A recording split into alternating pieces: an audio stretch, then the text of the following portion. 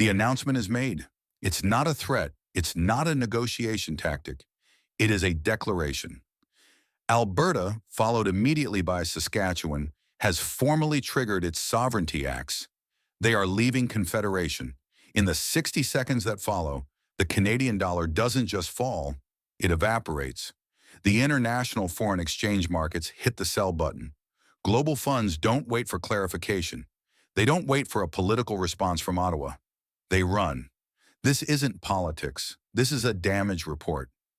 This is the 30-day timeline of the Canadian economic collapse. For decades, politicians in Ottawa and academics in Toronto have debated if the West could leave. They never bothered to analyze what happens immediately after they do. We are not talking about multi-year constitutional debates.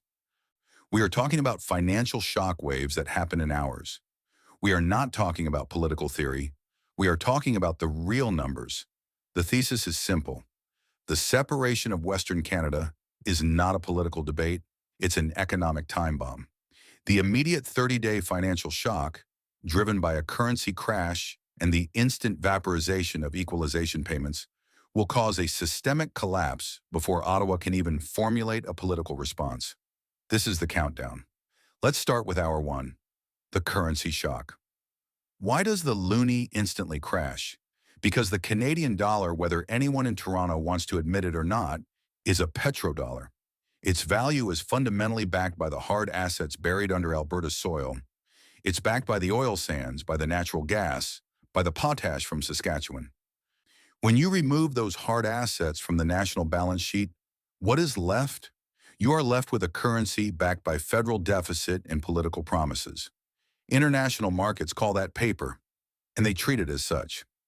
Based on financial models from similar sovereignty crises, like the Brexit shock that hit the British pound, analysts project the Canadian dollar would instantly lose 15% to 20% of its value. Not by the end of the week, by noon. What does this mean for you? That feeling? That abstract number on a screen? It's not abstract. If your pension is in Canadian dollars, it just lost 20% of its international purchasing power. Your planned retirement trip to Florida this winter just got 20% more expensive. More importantly, the cost of all imported goods, the food you buy, the vegetables from California, the medicine, the parts for your car, all of it just skyrocketed. This is day one. You haven't even gotten to the grocery store yet, but you are already poor. This is the reality of a currency collapse. Now let's look at the stock market. Hours 3 through 8, the TSX meltdown. While the currency market is bleeding, the Toronto Stock Exchange, TSX, enters a state of catastrophic failure. Trading isn't just volatile, it's halted. First, the pillars of the exchange are frozen. Enbridge, Suncor Energy, TC Energy, Canadian Natural Resources. These aren't just companies, they are the foundation of the TSX Energy Index. Their assets, their pipelines, their reserves are no longer Canadian. Their stock value becomes a black hole of legal uncertainty. Then the contagion spreads. The second pillar of the Canadian economy, the banks. Royal Bank, RBC, TD, Scotiabank, BMO. International investors begin a frantic sell-off. Why?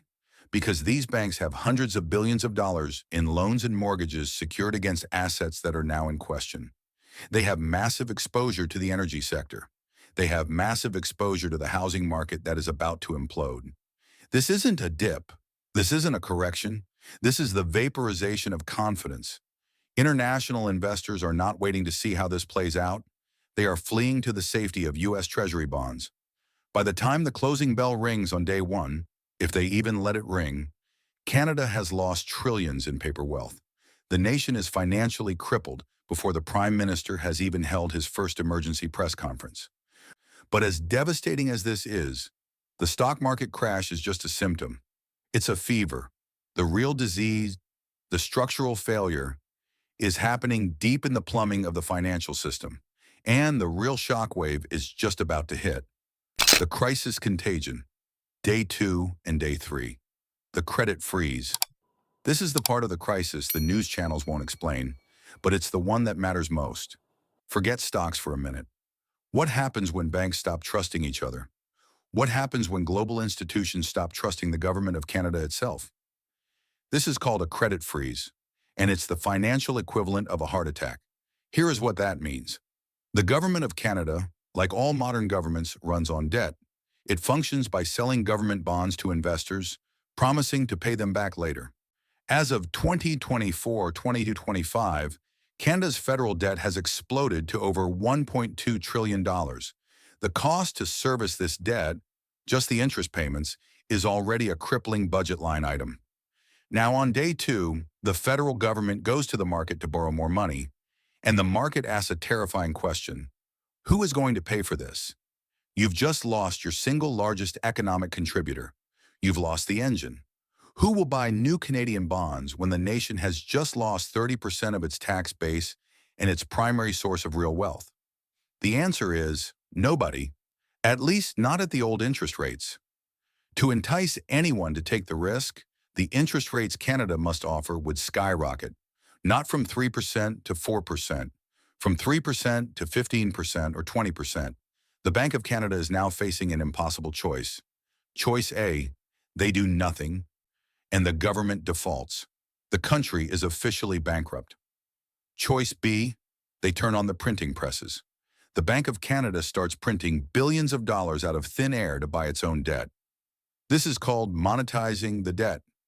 It is the final desperate act of a collapsing economy, and it has one single inevitable outcome: hyperinflation.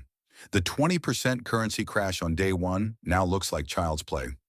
This is the moment your life savings, your pension, your cash in the bank, begins to rapidly turn into worthless paper. Day 4 and Day 5, the equalization shock. While the central bank is in a panic, a different crisis is unfolding. A much quieter, but far more brutal reality. The payment, the one that Ottawa and the eastern provinces believed would never ever stop. It stops. This is the equalization payments explained. This is the core of the Canadian economic model. For decades, the system has functioned as a wealth transfer. Alberta, and to a lesser extent Saskatchewan, are the primary net contributors. They are the donor provinces. According to official provincial and federal budget reports, Alberta alone is a net contributor of tens of billions of dollars to the Federation every single year. That money flows into Ottawa and is then redistributed to have-not provinces. On day 4, the finance ministers in Quebec, in Manitoba, in New Brunswick, and in the Maritime provinces, they look at their federal transfer accounts. And for the first time in history, the check doesn't arrive. The money isn't delayed. It hasn't been deferred. It has vaporized. This isn't a 10% budget cut they can manage with efficiencies. This is a 1/3 budget evisceration. The public services that define Eastern Canada, the healthcare, the subsidized education, the public sector jobs, they were all funded in large part by an energy industry they simultaneously criticized. Now that money is gone, and the systemic collapse begins to spread from finance to the real world. Day 6 and Day 7, the supply chain shock. The collapse is no longer just financial, it is now physical. Most people in Toronto don't think about geography. They are about to. Look at the map. How does Canada function? It is a single thin line of rail and road. The ports of Vancouver, which bring in nearly all of Asia's goods. The national railways, the CN and CP lines. They all run directly through a territory that is now, overnight, a separate and not particularly friendly nation. What happens when the rail unions in Alberta, now part of a new country, refuse to move cargo to the east unless they are paid in US dollars? What happens when the Port of Vancouver is shut down due to a legal battle over federal versus provincial, now national, jurisdiction? For the farmer in Ontario, this means the parts for his John Deere tractor aren't coming. For the auto plants in Windsor, the components from Asia are stuck on a boat. The plants are shutting down. For the family in Montreal, this means the grocery store shelves are rapidly emptying. The physical supply chain that holds Canada together has been severed. And what is Ottawa's response to this? Emergency meetings, endless press conferences. They talk about national unity. They talk about constitutional obligations. They threaten legal action. They are bringing a legal knife to an economic gunfight. They are debating the rules of a game that has already ended. The market doesn't care about legal arguments. The market doesn't wait for the Supreme Court. The market has already delivered its verdict, and the contagion is still spreading. The systemic collapse, week 2, the sovereign debt shock. The credit rating agencies, Moody's, Standard & Poor's, and Fitch, now make their move. It's not a review, it's a slaughter. Canada's perfect, coveted OA credit rating, it's gone. As analysts from Moody's and S&P have warned for years, the nation's rating is heavily dependent on its economic stability and its GDP. Losing the Western provinces isn't a crack in the foundation. It is a structural failure. The A&A rating isn't just downgraded, it is slashed. It is cut by multiple notches, falling instantly towards speculative grade, or what is commonly called junk. Why does this matter to you? Because your entire financial life is built on that rating. The interest rate on your car loan, your business loan, and most critically, your mortgage. The cost for the crippled Canadian government to borrow money just exploded, and that cost is passed directly to you. The era of cheap money, the fuel that has powered the Canadian economy for 30 years, is over. Week 3, the Great Canadian Housing Collapse. This is the kill shot. This is the Toronto housing market crash. For 20 years, the housing markets in Toronto and Vancouver have been a national obsession. They were built on a generational illusion, the illusion of endlessly low interest rates and boundless economic confidence. Now on week 3, that illusion shatters. The confidence is gone, and the interest rates, hiked by a desperate Bank of Canada trying to save the currency, are soaring. This is the 5-step domino effect of a systemic collapse. Number 1, the variable rate mortgages held by millions of homeowners reset. Your monthly mortgage payment doesn't just go up by $100. It doubles, it triples, it becomes impossible to pay. Number 2, the first wave of panic selling begins. The investors, the people who own 3, 4, or 5 condos, they run for the exits. Number 3, the buyers, they are gone. Who can possibly qualify for a mortgage at a 15% or 20% interest rate? Nobody. Number 4, the market freezes. This isn't a correction. This isn't a soft landing.